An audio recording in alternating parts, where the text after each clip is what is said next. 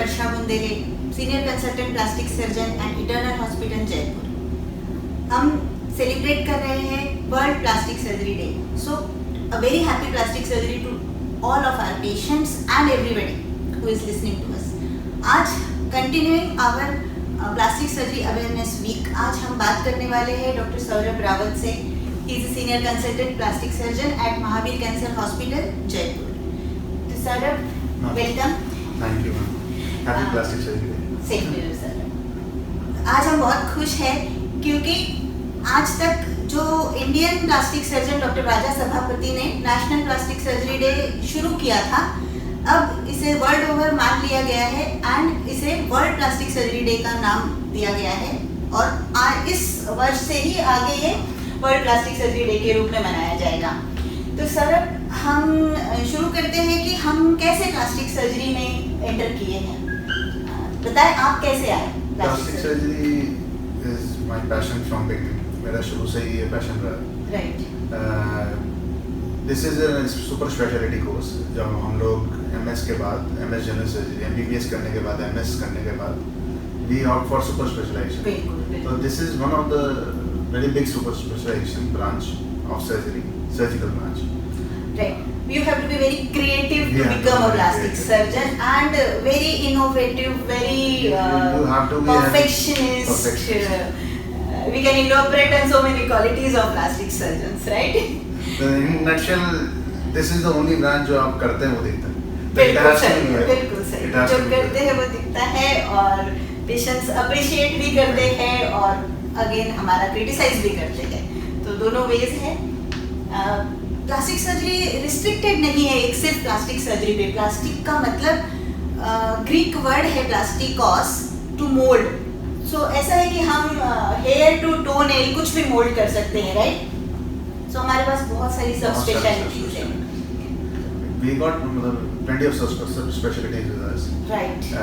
Starting from हम लोग deconstructive surgery देखते हैं, जिससे कि जो घाव होते हैं ट्रॉमा के बाद कहीं मांस चला जाता है, उस जगह मांस नहीं होता, वाइटल स्ट्रक्चर नीचे खुले हुए होते हैं, यहाँ उस लिम्ब में, हाथ में, पाँव में ब्लड सप्लाई नहीं होती, राइट। या उसकी हड्डी भी चली गई होती है। तो इवन ऑर्थोपेडिक्स तो केवल हड्डी जोड़ सकता है, लेकिन हड्डी वापस नई जगह से लाना इज मेन। बिल्कुल, जिसे हम वस्कुलराइज्ड बोन ग्राफ्ट कहते हैं। हाँ। तो रिहेबिलिटेशन, क्वालिटी ऑफ लाइफ और सौंदर्यीकरण साथ में, ये सब इंक्लूड करके मल्टी फंक्शनल ब्रांच एक हम लोग कर पाते हैं। वो रिकंस्ट्रक्टिव सर्जरी का पार्ट है। बिल्कुल, हम लोग कुछ भी पार्ट अगर आप स्टार्ट करेंगे कि एक तो ट्रॉमा के बाद हम रिकंस्ट्रक्ट कर सकते हैं, या फिर हम कैंसर सर्जरी के बाद रिकंस्ट्रक्शन कर सकते हैं। बेड सोर हो गए किसी के, प्रेशर सोर्स हो गए, प्रेशर अल्सर्स हो गए, बाकी वेस्कुलर अल्सर्स होते हैं, जो वुंड्स है, हाँ, जितने भी डायबिटिक फूड्स है, chronic wounds हैं, unmanageable wounds हैं, unmanageable wounds हैं। these are all बिल्कुल। dealt with plastic surgery। तो आप तो बहुत रेगुलरली कैंसर सर्जरी से डील करते हैं, तो आप किस किस तरह की कैंसर सर्जरीज में डील करते हैं? मैम, कैंसर सर्जरी में द मेन चैलेंज ये रहता है कि ऑपरेशन से पहले आदमी का अपना एक आकार और एक अपनी सोच होती है कि मैं इस तरह दिखता हूँ। बिल्कुल।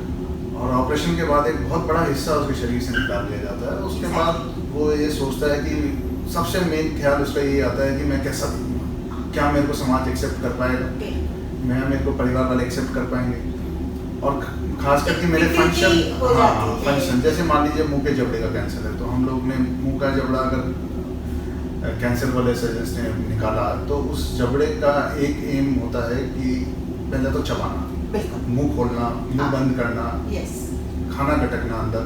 तो इसके अलावा उसको शेप चेहरे की वैसी है, तो वो सब एक्सपेक्टेशन उसकी रहती है। और वो हमेशा ये पूछता है कि सब मैं मेन स्ट्रीम में, मेन सोसाइटी में मिक्स हो पाऊंगा कि ऐसा ना हो कि मैं बहुत अजीब लगूं सब। तो उस चीज में हम लोग फिर वैसे हड्डी की जगह, जहाँ पे हड्डी की जरूरत है वहाँ हड्डी बनाते हैं, जहाँ पे मांस की जरूरत है मांस बनाते हैं, अंदर जिस भी तरह की चीजें चाहिए उस तरह का रिकंस्ट्रक्शन करते हैं, ताकि वो जल्दी से जल्द रेडियोथेरेपी के लिए भी तैयार हो और अपना मेन सोसाइटी में भी आने के लिए तैयार हो, वापस से सोसाइटी में मिक्स हो जाए। आप स्पेशली पैर से पाँव से बोन ग्राफ्ट लेते हैं, जो पाँव की जो bone- दो हड्डी में से Yes, एक हड्डी हाँ, लेके जिसे उससे जबड़ा बनाते हैं, मोल्ड राइट, करते जिसे हम ले सकते हैं, ले सकते हैं। पार्ट वो लेते हैं जिसे हम ले सकते हैं, जो नॉर्मल जिस- फंक्शंस में हमें हैम्पर नहीं हैम्पर नहीं करते, करेगा। राइट। जी मैम। तो हम उसको लेके बेसिकली जबड़ा बना सकते हैं और उससे ही comes back to the He comes mainstream life, right. अब अदर देन हम हेड नेक की बात करने के अलावा अगर हम बात करें तो मैम इसके अलावा ब्रेस्ट कैंसर्स बहुत ब्रेस्ट कॉमन है। कैंसर बहुत तो common ब्रेस्ट है। कैंसर में काफ़ी पेशेंट्स होते हैं आजकल, यंग एज में बहुत ज़्यादा कॉमन है ब्रेस्ट कैंसर। तो वो ये नहीं चाहते कि उनके शरीर में कोई विकृति हो, हाँ, वो नहीं और- चाहते कि ना केवल दिखने में अच्छा नहीं लगता, दूसरा ये है कि इम्बैलेंस हो जाता है। तो शोल्डर पेन की बहुत समस्या रहती है हाँ, कि एक तरफ का ब्रेस्ट है एक तरफ का नहीं है, सही तो है। शरीर का बैलेंस बिगड़ जाता है। बिल्कुल। तो शोल्डर में पेन धीरे धीरे या स्पाइन का कर्वेचर धीरे धीरे चेंज होने लगता है। तो उसके लिए भी हम लोग उन्हीं के शरीर से एब्डोमेन से टिश्यू या थाई से टिश्यू लेके और वापस उनका नया ब्रेस्ट बना देते हैं, जो कि अनुमान 99% उनके ब्रेस्ट की तरह ही दिखता है। बिल्कुल सही कह रहे हैं। और इसमें तो हमारे पास एडवांटेज ये होता है कि हम जब एब्डोमेन से उसको या पेट से वो पेट से। फ्लैप लेते हैं तो एक तरह से टमी टक भी Tummy हम tuck कर भी लेते साथ हैं, में तो एक वो तो वो एडेड डबल एडवांटेज प्रोसीजर है उस प्रोसीजर में हमारे पास, है ना। तो अब ब्रेस्ट कैंसर के अलावा और कौन सा मैम कैंसर? ब्रेस्ट कैंसर के अलावा आजकल जेनेटिक कैंसर बहुत कॉमन है, जैसे कि पेनिस किसी का निकाला Yes. या वल्वा किसी का निकाला, वजाइना Yes. किसी का निकाला, तो वापस उसको पेनिस देके ताकि वो आराम से अपना जिस तरह से पहले पेशाब करते थे वो वैसे कर सकें, वो भी एक बहुत बड़ी उपलब्धि है। और उसका कॉन्फिडेंस भी पेशेंट का बहुत वापस आता है इससे। बहुत सेल्फ एस्टीम बहुत बढ़ता Self-esteem है। बहुत। मैं तो ये कहती हूँ सेल्फ एस्टीम बढ़ाने वाली और भी बहुत सारी सर्जरीज है, जिसमें हम कई बार हम ब्रेस्ट रिडक्शन सर्जरी को इंक्लूड करते हैं, Breast- जिसमें पेशेंट का जो सेटिस्फैक्शन लेवल है वो सबसे ज़्यादा माना हाँ। गया है।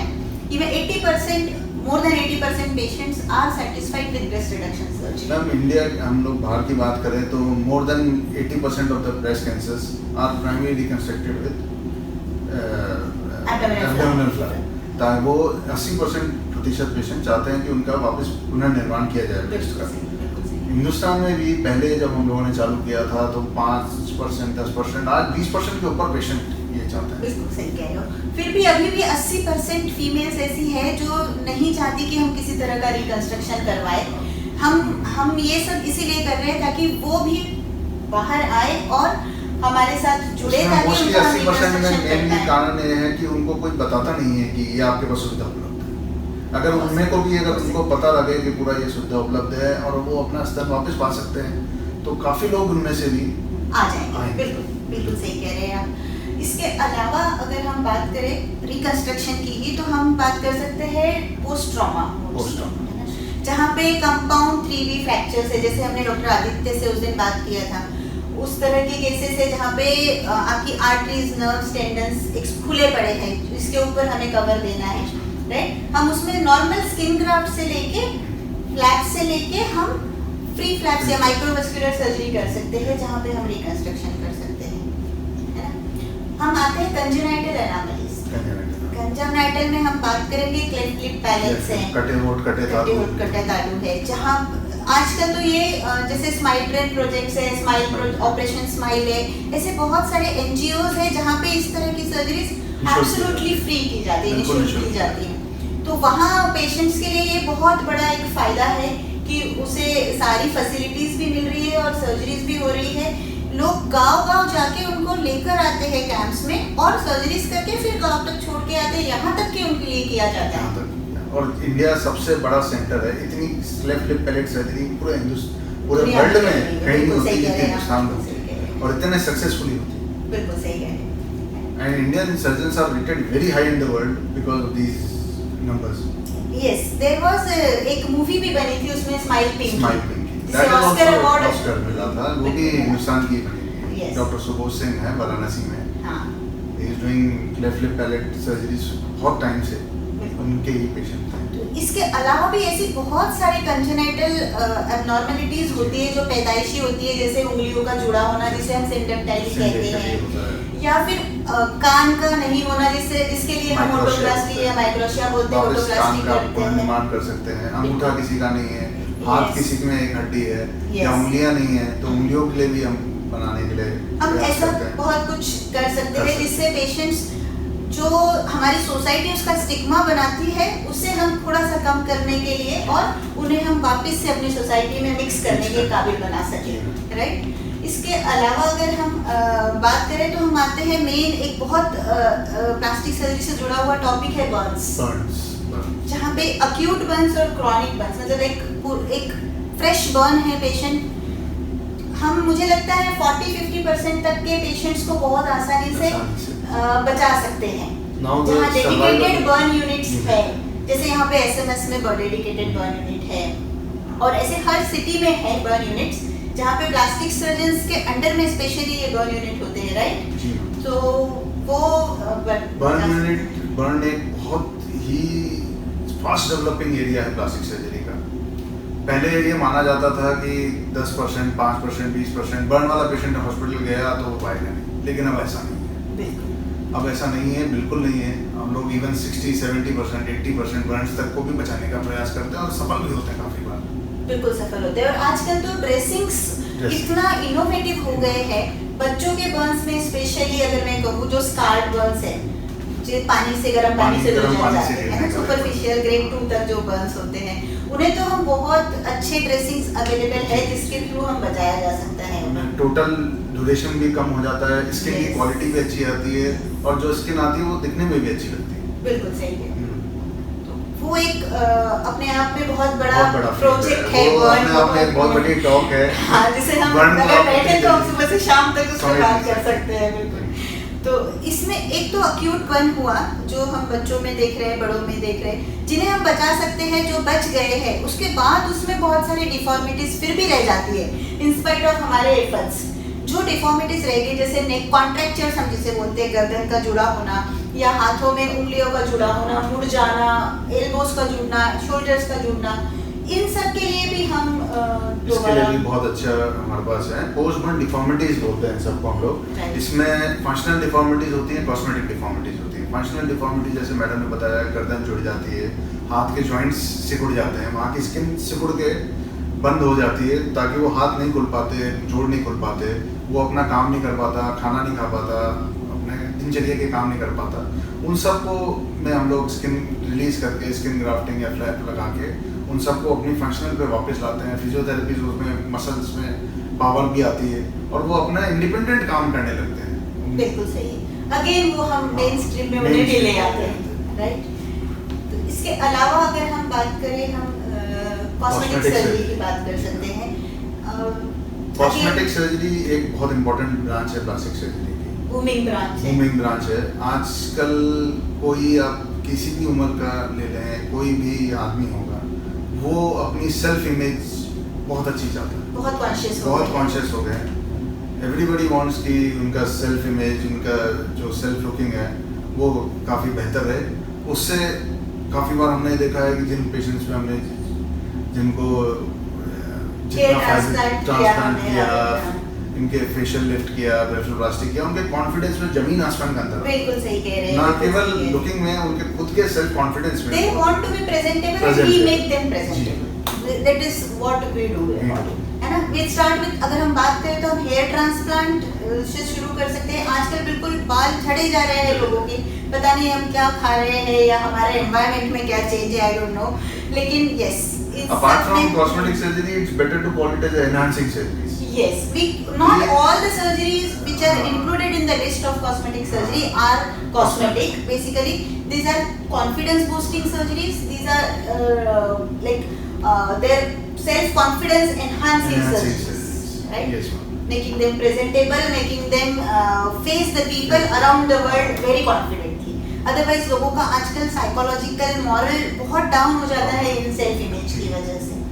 तो हम हेयर ट्रांसप्लांट से लेके आईज की ब्लेफरोप्लास्टीज है, नोज की राइनोप्लास्टीज है, लिप्स है, फिलर्स है, बोटॉक्स है, breast augmentation, liposuction, tummy tuck, लंबा लिस्ट है। हम ऊपर से चालू करके हम बिल्कुल खत्म कर सकते हैं। तो यहाँ तो हम कॉस्मेटिक सर्जरी को रुकते हैं, फिर और हम क्या कर सकते हैं? मैम, इसके अलावा we do very good peripheral nerve injuries, brachial plexus, and hand surgeries. This is a very important part of plastic surgery. Specially जो नर्व इंजरीज होती है, क्रॉनिक नर्व इंजरीज हैं, जैसे किसी के नर्व इंजरी हो गई जिसकी वजह से उसका हाथ नहीं हिल पाता, हाथ नहीं चलता, हाथ सुन है, उसको पता नहीं लगता छूने का, गर्म चीज पकड़ लेता है जल जाता है क्योंकि उसको पता नहीं लगता क्यों गर्म है। यस, सुन हो जाते हैं, सुन हो जाते हैं, हाँ। तो उससे बार बार घाव होते रहते हैं, तो वो नर्व को हम लोग वापस रिपेयर करते हैं, उसको नर्व ग्राफ्ट लगा के, आजकल उसके शरीर से भी लेते हैं, आर्टिफिशियल नर्व ग्राफ्ट भी आते हैं। बिल्कुल। ब्रेकियल प्लेक्सिस इंजरी हो गई किसी के, ये ब्रेकियल प्लेक्सिस एडल्ट भी होती है और डिलीवरी के टाइम पे भी होती है। बिल्कुल। ऑब्स्ट्रक्टिव ब्रेकियल प्लेक्सिस जिसे कहते हैं, उसमें उस साइड का हाथ ही नहीं चलता। उस साइड का हाथ को एक सपोर्टिव हैंड बनाने के लिए हमारे पास बहुत अच्छी आजकल तरीके है, इसमें नर्व ट्रांसफर्स हो सकते हैं, मसल ट्रांसफर्स हो सकती है, फ्री फंक्शनिंग मसल ट्रांसफर्स है। There are so many things we can do for this, right? इसके अलावा हम लोग माइक्रोवेस्कुलर सर्जरीज हैं, जैसे लिम्फेडिमा आजकल बहुत कॉमन है। ब्रेस्ट सर्जरीज के बाद हाथ पूरा फूल जाता है, ये एक बहुत बड़ी इवॉल्विंग ब्रांच है। मतलब आप ये समझिए 2-3 साल में ही ये चालू हुई है।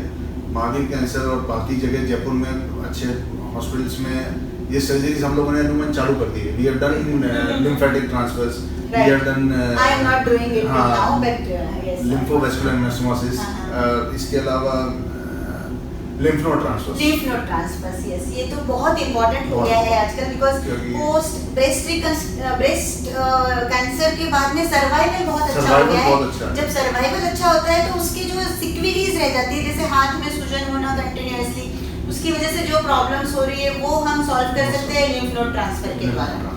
तो ये चीजें बहुत इंपॉर्टेंट है। प्लास्टिक सर्जरी आई थिंक बहुत वास्ट हो गई है, एक सर्जन सब कुछ प्रैक्टिस भी नहीं कर सकता, तो we have to like divide amongst plastic surgery from super specialty has now become a general specialty, and plastic surgery में बहुत सारी branches आ गई हैं, almost 12 सब स्पेशलिटीज। तो हम इन सब पे it's a whole new world in itself. Right. Thank you doctor Saurabh, thank you for giving us time. I hope आपके लिए आज का बहुत जानकारी युक्त सेशन रहा हो। Thank you so much and very happy plastic surgery day to all. Happy plastic surgery.